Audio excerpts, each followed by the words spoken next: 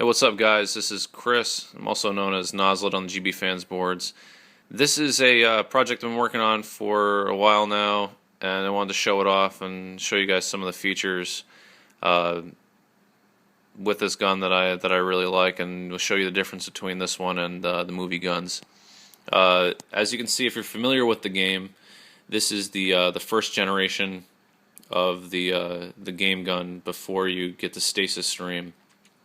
On the library level. I personally like this version the best out of all the progressive guns.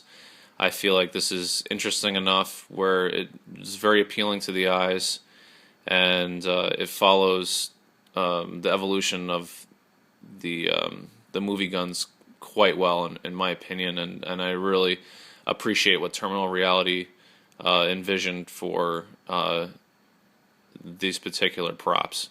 I just think they did a very good job at imagining what these would look like if the Ghostbusters were still in business. I'll just give you a quick tour of the differences between this and your run-of-the-mill movie gun. If you're familiar with building these props, or you're just familiar with the props in general, you'll notice that the front acrylic is completely frosted, as opposed to the way it is in the movie. There's a detail frosting on the acrylic. This actually in the game. This actually, and in person, this gives a very cool effect as the whole tube will light up when the lights are on. This is a custom made trigger tip and ring. As you'll notice, there's no hole or no threading for the banjo. In the game, they ended up taking the banjos. They put the one here on the gun ear, as it usually is, and they put the second banjo on this adapter between the front handle and the acrylic.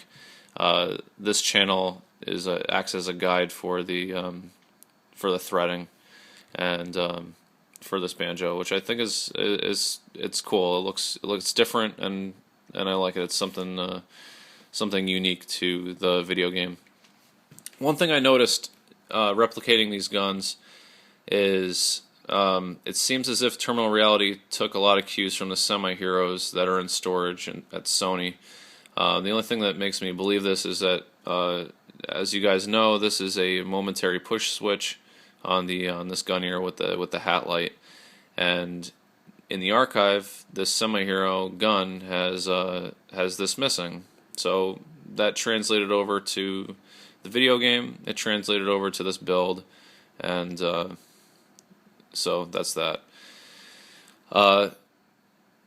With anything I do, if you know me, I will start on a project and I will not be happy until I'm happy with the project. I will not half-ass what I do.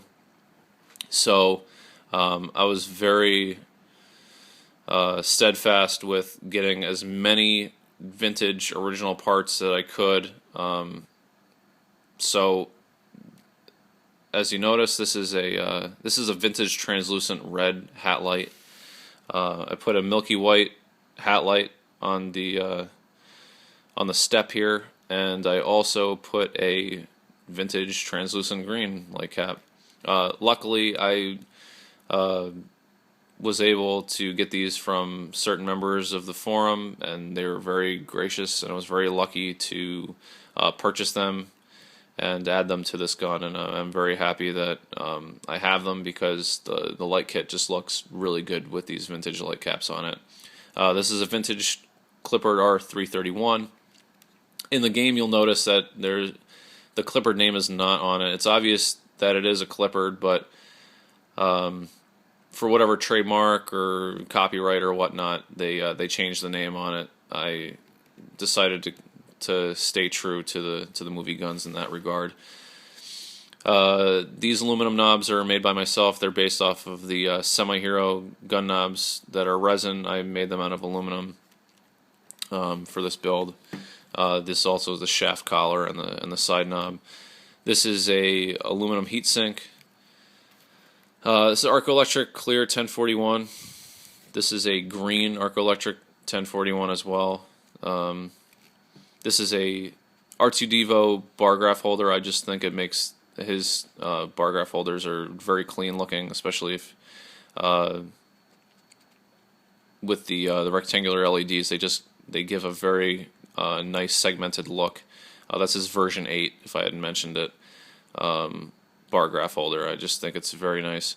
You can't see it now until these are lit up clearly, but this is a custom plate I made out of acrylic for myself to hold the red circular LEDs. Another difference between the movie gun and the video game gun is that these are the side discs that they use in the game. There's no smaller disc on top. These are just the base disc with a countersunk flathead. A big difference between the first generation video game gun is the gun track is different than the movie gun track. I used the length of the movie track, and I also scaled the video game screenshots to come up with this design, and I feel like it is true to the game, and it's a very, very nice detail to include in this. Like I said, I want to stay vintage as much as possible, so this is Clippard 3814-1 tubing as used on all the movie guns. This is Nycoil red vintage tubing as well. One thing you'll notice before I turn the lights on, I did not open these vents up as big as they are in the video game. I personally don't like that. I just think they're too big. So I modeled them after the semi-hero guns, and kept that design the same, or like that pattern for the vent the same. So that's a creative choice for me that I felt like I wanted to preserve in this model or this replication. So one other thing, if you're wondering, the gun body is a Nicotron semi-hero gun body. I just felt like it was a good fit for this build. It's got a lot of room inside. It's fiberglass resin. Nick does a great job making these. I'm not sure if he's doing a run of these anymore or what the deal is with that, but they're just really great. Just so you know, this is the gun body, the trigger box, the rear instrument bar, the rear handle, the rear cylinder, the front cylinder, all this, the front handle with the gun ears, that's all one piece. Saved me a lot of time, saved me a lot of grief, and that's something I didn't want to deal with building this gun. I didn't want that aggravation, and it just was an awesome base to use for this build. So I highly recommend that product. The light kit before I fire it up is from my friend Jack. We were talking about this and different ideas around Dragon Con last year, and he really came up with an amazing product. We just talked it through, and I just feel like we were on the same page with a lot of things, and he really did a great job. And it's analog. I mean, this board is solder. It's just solder and IC chips, and just total skill. And it was, trust me, it was a pain to install this as well, but there was a lot of stuff that needed to fit in this gun, and luckily I got it all in there. You see the 9-volt batteries on the side, that doesn't even fit in this gun.